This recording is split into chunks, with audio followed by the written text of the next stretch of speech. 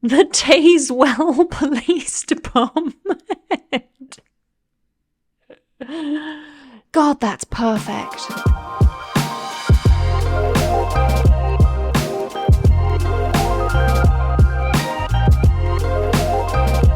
Tasmanian woman tells office she can't come in as 600-kilogram Neil the seal is blocking her car. How convenient is that? He's real chuffed about it too.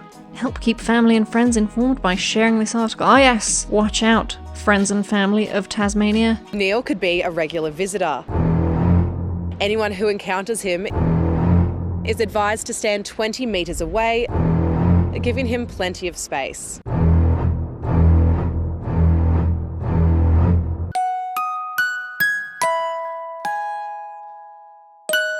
What's next? As if this is a serious developing story. Miss Harris says she's been told it may be hard to move Neil as he comes onto land for 3 to 4 weeks to hibernate. Oh, fantastic for Miss Harris.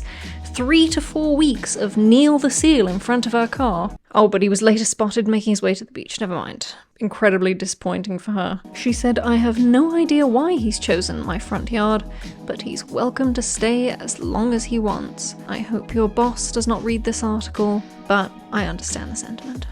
Tennessee man arrested for DUI and meth while driving Lawnmower Santa's train full of kids. Police allegedly found meth, narcotics, and a syringe when they took him into custody. He looks very ashamed to have been caught. What does that say? I thought it's in Tennessee. It says Santa Fe Choo Choo. That's odd. God, that is a downtrodden man. He's just looking in his lap, disappointed with himself. This cop is taking a very sympathetic stance, I feel like. Also, this article was published November 14th. How is there already a Christmas tractor parade? We haven't even hit Thanksgiving. It was Halloween 2 weeks ago. Seems a bit early. The Tazewell Police Department. No, wait, is the town called Tazewell? Oh my god, it is. The incident unfolded in the small northern Tennessee town of Tazewell. So their police department is the Tazewell Police Department. That is actually stunning. God, that's perfect. The other headlines that are being recommended to me here: man caught on camera masturbating in his car had meth and a cucumber on him during arrest. Was the cucumber in addition to his own cucumber? These are the important journalistic questions I have. But wait, do you hear that? It must be a message from Happy Little Camel Thing.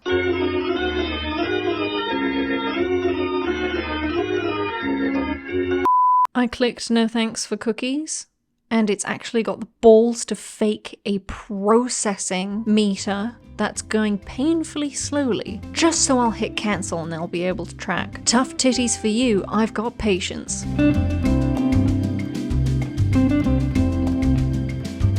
Oh, come on. Oh no, it's at 100%, but it's still hanging on. It's really testing me.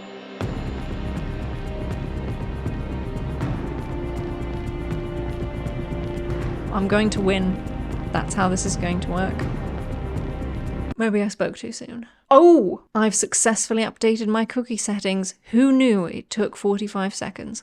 Brown Friday. The day after Thanksgiving is the busiest day of the year for plumbers. I don't know whether they're thrilled about the business or dreading Brown Friday. Right, what's the culprit? We've got some convenient photos of sinks just to put a picture to the headline in case you couldn't imagine what Brown Friday meant. Frankly, I wasn't picturing a sink. Roto-Rooter said it's the busiest day for them, with incoming calls increasing 50%. Oof. I mean, good day for biz, but What did it cost? the company said their plumbers see many kitchen sink clogs or jammed garbage disposals, main sewer clogs, and toilet clogs. Ah, there it is. The thing we were all picturing when we saw Brown Friday, buried halfway down the article. You thought I wouldn't find you, but I did. Even more problematic is that virtually every traditional Thanksgiving dish is a drain clogging culprit. They do a number on the pipes in your home and your abdomen. The US Navy is asking for a raise, not in income, but in how many whales they're allowed to hit. Yes, the US Navy wants to raise the number of accidental whale collisions. Accidental. The Navy has requested an increase on the capped number of marine mammals it is allowed to unintentionally harm. So there's a number, there's a limit. Is that what I'm hearing?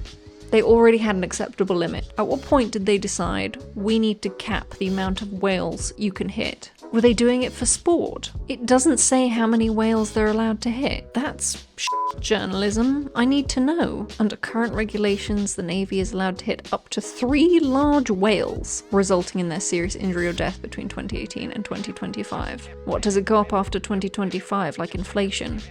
US Navy wants to be able to hit more whales. Oh, our priorities are so f***ed up. An American woman said she was shocked to discover that Alaska isn't actually an island, calling for an overhaul of the school curriculum. Okay, I understand why maybe a 3-year-old would think Alaska was an island, but the fact that nobody informed her along the way, or she wasn't curious enough at all to look at a globe or a map that didn't just show the United States, is concerning to me. And so maybe to her credit, we do need to overhaul the school curriculum, because clearly a map of the world was never shown to her at any time where she could have realized Alaska is not an island. Many Americans said they'd made the same mistake. No.